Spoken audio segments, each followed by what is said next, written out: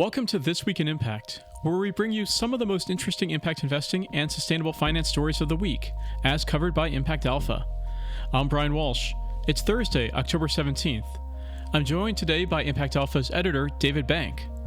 We'll discuss highlights from this week's Agents of Impact call on putting an ownership lens on housing affordability, how and why to restore trust in voluntary carbon markets, and Amazon and Google opt for the nuclear option in their drive to supply their power-hungry data centers with carbon-free energy. That's all coming up on This Week in Impact. Hi, David. How are you? I've been good, Brian. It was super hot here, and then it turned fall, so the season has changed out here. As they say, pride goeth before the fall, David. But let's jump right into our first topic. This week's Agents of Impact call explored strategies that are putting an ownership lens on the preservation of affordable housing. Rapidly rising property values across the U.S. work against lower-income families on at least two fronts. Higher prices mean higher rents. And the appreciation in property values mostly accrues to wealthy owners, landlords, and investors. Support for first-time home buyers is only part of the answer. The preservation of existing homeownership is also a vital tool for keeping housing affordable, not to mention an increasingly investable sector for both impact and institutional investors. So, David, what did we learn from the call around efforts to put an ownership lens on housing affordability? Well, the the gap, as it were, in affordable housing is wide and getting wider. So the first thing to know is that there's something like 200,000 units a year where restrictions on rents are expiring. So these were restrictions that came in, as a result of subsidies or tax credits, the low-income housing tax credit, or Section 8, people know about. And those units get built, but then over time, 15 or 20 or 30 years later, those subsidies and the restrictions expire. And so that is coming up now increasingly, increasing numbers each year. So 200 or so thousand coming up next year, but maybe 1 million units a year by 2032 or 2033 will lose their rent restrictions. Rents might go up, and people could be displaced, or at least either even further rent burdened by rising rents. So preservation of affordable rental housing is a crucial and sort of slow rolling crisis that many folks haven't tuned into yet. And there's a whole set of solutions and financing mechanisms to try to mitigate that risk.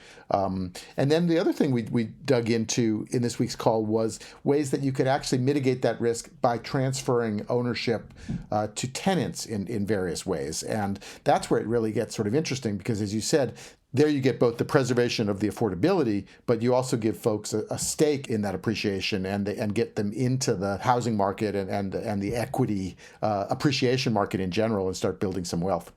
Here's Ruth Gow of the Robert Wood Johnson Foundation, who had a piece recently in Stanford Social Innovation Review on this home ownership preservation issue. Families are actually losing homes at approximately the same rates as the increase in new home ownership. In other words, if you look at the racial home ownership gap, that has actually not closed, but actually widened in the last 60 years. So for us then, it's critical to look at this other part of the equation, which is to help families with existing properties to preserve the assets, to unlock and fully utilize the benefits of owning property, and to be able to pass it down to future generations. And so that's become a key strategy for us. And we're trying to tackle it in 4 main ways that families tend to lose their homes, right? Which include home repair or often disrepair, the lack of affordable insurance coverage, foreclosure prevention, and tangled titles. All right, David, what other strategies were reviewed on the call? Well, here's a super interesting one, and we've mentioned it briefly on a previous podcast, but Rock USA works with mobile home owners. So these are folks that actually own their own homes already. People think of them as trailers or mobile homes. They're now called manufactured homes. But generally speaking, in most cases, they don't own the land that their home is sitting on. So they're both a homeowner and a renter. And Rock USA helps form co-ops of these mobile home residents and buy the land that buy the mobile home parks themselves. And here's Paul Bradley of Rock USA. For 40 years, starting in New Hampshire and for the last 16 years nationally, we've been helping homeowners form limited equity cooperatives to buy the land beneath their homes and to operate as owners of their homes with one share in the cooperative that owns the land. And it's a remarkable record of success. These are some of the lowest income neighborhoods. Upwards of 50% of homeowners in co-ops are very low income, and just about 90% are low income. And yet these communities have been operating on a democratic basis with strength and resilience for 40 years. It's now a national network of 332 co-ops and 23,000 home sites. And we're in 21 states now with the model. We also talked a lot about community ownership and community land trusts and mechanisms for essentially taking housing, in some sense, out of the competitive market in order to keep it affordable. Devin Culbertson of Grounded Solutions Network joined us, and he was actually in Minneapolis, where they've just done their first a deal out of a new fund.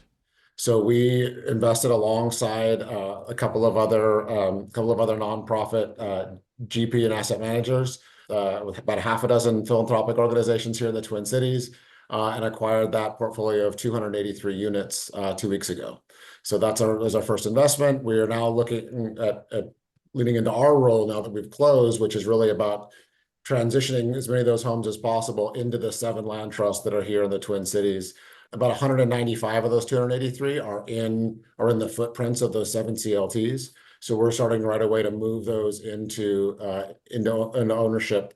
And a lot of those are, as you would guess, concentrated in low-income communities of color, in communities that are reverting from a lower price point to the mean more quickly. So they're appreciating faster than the rest of the city. So really capturing not just the stability and the anti-displacement and the ability to have folks stay in place there in those communities, but capture that wealth building potential for the current residents and those first owners, but do that in generational terms so that folks can, owner after owner after owner, can be in that place and have the opportunity to live in that community, do it affordably and build wealth while they do it.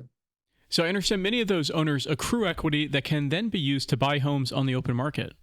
Yeah, and that's kind of the takeaway from the call, that these ownership strategies have kind of the dual benefit of both securing the affordable housing itself, but also giving folks a foot in the door of some assets that can appreciate and create, kind of generational wealth for themselves and their families. All right, well, we'll have a full write-up and a replay of the call on impactalpha.com. We'll have a link in the show notes. But let's take a quick break. When we come back, we'll discuss the case for voluntary carbon markets, which have come under scrutiny in recent years. Voluntary carbon markets enable companies, organizations, or individuals to purchase carbon credits to offset their own greenhouse gas emissions. These credits are typically generated from projects that either reduce emissions or remove carbon from the atmosphere. While these markets aim to contribute to global climate goals, they have sparked significant controversy in how the credits are sourced, tracked, and verified. Amrita Bhandari of Acumen and Daniel Sadiq of Carbon Solutions Group wrote in a guest post on Impact Alpha, making the case for restoring trust in voluntary carbon markets. So, David, first off, why do voluntary carbon markets have a credibility problem? Well, they've come under a lot of scrutiny. It's one of these things where, there was a lot of hype about them. Then, of course, the backlash. And in particular, there was a famous deal in Zimbabwe that came kind of undone a few years ago that for years had supplied carbon credits to companies, big companies, L'Oreal, Nestle, Volkswagen, for forest conservation and reforestation in Zimbabwe. And there were investigative reports, particularly in Bloomberg, that showed maybe the forests are not being conserved in exactly the way that was promised, and certainly the community benefits in many of these cases, and that one, maybe didn't add up to what folks had said. And so South Pole, which is a kind of major consultancy in this world, withdrew its relationship with that project, and that kind of put a spotlight on many of these projects where the promised carbon savings, in particular, may not have been all that was they were made out to be. And so the market took a big hit, and it's become fashionable in a way to sort of bash on it as kind of greenwashing for corporations. And in fact, just to be clear about it, buying a ton of carbon offset, does allow you theoretically to keep producing a ton of carbon, and you haven't actually reduced the carbon. You've just kind of reduced your guilt, I suppose, or your footprint. And so that's the case against them. What we had this week was a guest post from folks at Acumen saying, don't give up on the carbon markets. They're in fact a hugely important and potentially game-changing way to both reduce carbon, but also to pay for sustainable development projects, conservation projects, things like clean cook stoves and other things that are vitally needed, and where the carbon credits and carbon offsets can provide a crucial source of revenues.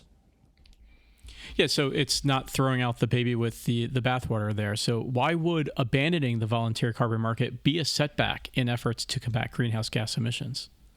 Well, for starters, these projects are important. Maybe the measurement has been sketchy or suspect, but restoring mangrove forests is good for carbon reduction and sequestration. It's also good for coastal protection. As I mentioned, clean cook stoves. Better than burning charcoal or firewood to cook on, but also huge indoor air quality benefits, health benefits for women and children and families that are cooking, on open fires. Solar lanterns, as people know, helping not only reduce, diesel and kerosene use, but also, letting kids study after dark and shops stay open and all kinds of other benefits like that. So one of the arguments is these social co-benefits, as people are calling them, that come from being able to monetize carbon savings. So it's the development outcomes in addition to the climate impact. Yeah, we've said all along, it's kind of a possibly, suboptimal way to account for carbon. It's an excellent way to start funding very valuable and high impact development goals, and frankly have that paid for by those corporations. So, that's kind of where the argument stands. And the key to it, of course, though, is to have it be both. And there's a lot of work being done on what people are calling measurement, reporting, and verification. So here's a new 3-letter acronym you'll get to know, MRV. And technology and better reporting, all kinds of data collection, sensors, even satellites and other things that can monitor these things are giving folks a much more fine-grained way to know which are the high-quality projects and which ones are in fact greenwashing. And so as the standards go up, the measurement abilities go up, prices can also go up, and high quality projects can fetch a higher price per ton of sequestered carbon, and you'll have these early kind of market fluctuations kind of get worked out over time, and the thought is this can become quite a very big deal as we go towards 2030, 2040, 2050 when we have to actually reach net zero. So, all right, David, are you down with MRV? You know me, Brian, I'm down for MRV. That's a throwback to an earlier podcast. All right, well, David, you can read the full guest post on impactalpha.com. We'll have a link in our show notes. For now, let's take another quick break. When we come back, how Amazon and Google are going nuclear. The demand for power by big tech's data centers is increasing rapidly, particularly with the energy-intensive rise of AI applications. In the U.S., data centers run by tech behemoths are on track to account for 9% of the entire nation's electricity generation within the next 6 years. That's more than double last year's level. Just 40% of existing and planned data centers now operate or plan to do so using carbon-free energy. So we've seen big tech companies strike a range of deals with nuclear power providers. Microsoft started off with an announcement last month that it signed a power deal to help resurrect a unit of the 3 Mile Island nuclear plant in Pennsylvania. Not to be outdone, this week both Amazon and Google announced new agreements to back small nuclear reactors, or SNRs. But David, as our Lindley Browning reported, these nuclear energy deals to power data centers further put pressure on green fuel supplies. Why is that so? Well, they're just like voraciously hungry for power. Lindley Browning on our team has a story that just says that they're just looking for any and every available power source that's out there.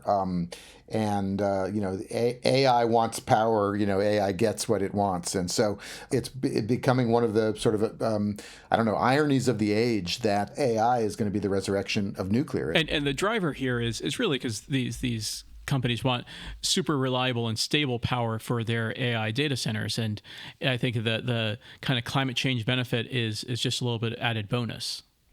Well, yes. So therefore, solar and wind, everybody talks about intermittency. That's somewhat taken care of with new battery farms as well. But nuclear is clean in the sense of carbon. There's other issues, of course, that have well known. And as you said, the Microsoft reopening or 3 Mile Island is sort of a bellwether of some sort. What they're talking about in terms of the Google and Amazon deals are what are called small modular reactors, which are sort of new, second generation kind of nukes, much smaller, supposedly working out, many of the safety and nuclear waste issues that have bedeviled the sort of big earlier kind of nukes that people know about. And so these things are going to be co-located right with some of the old nuclear power plants, but they have all the interconnects with the grid and everything, but with the power earmarked for these Google and Amazon data centers. And there's startups that are now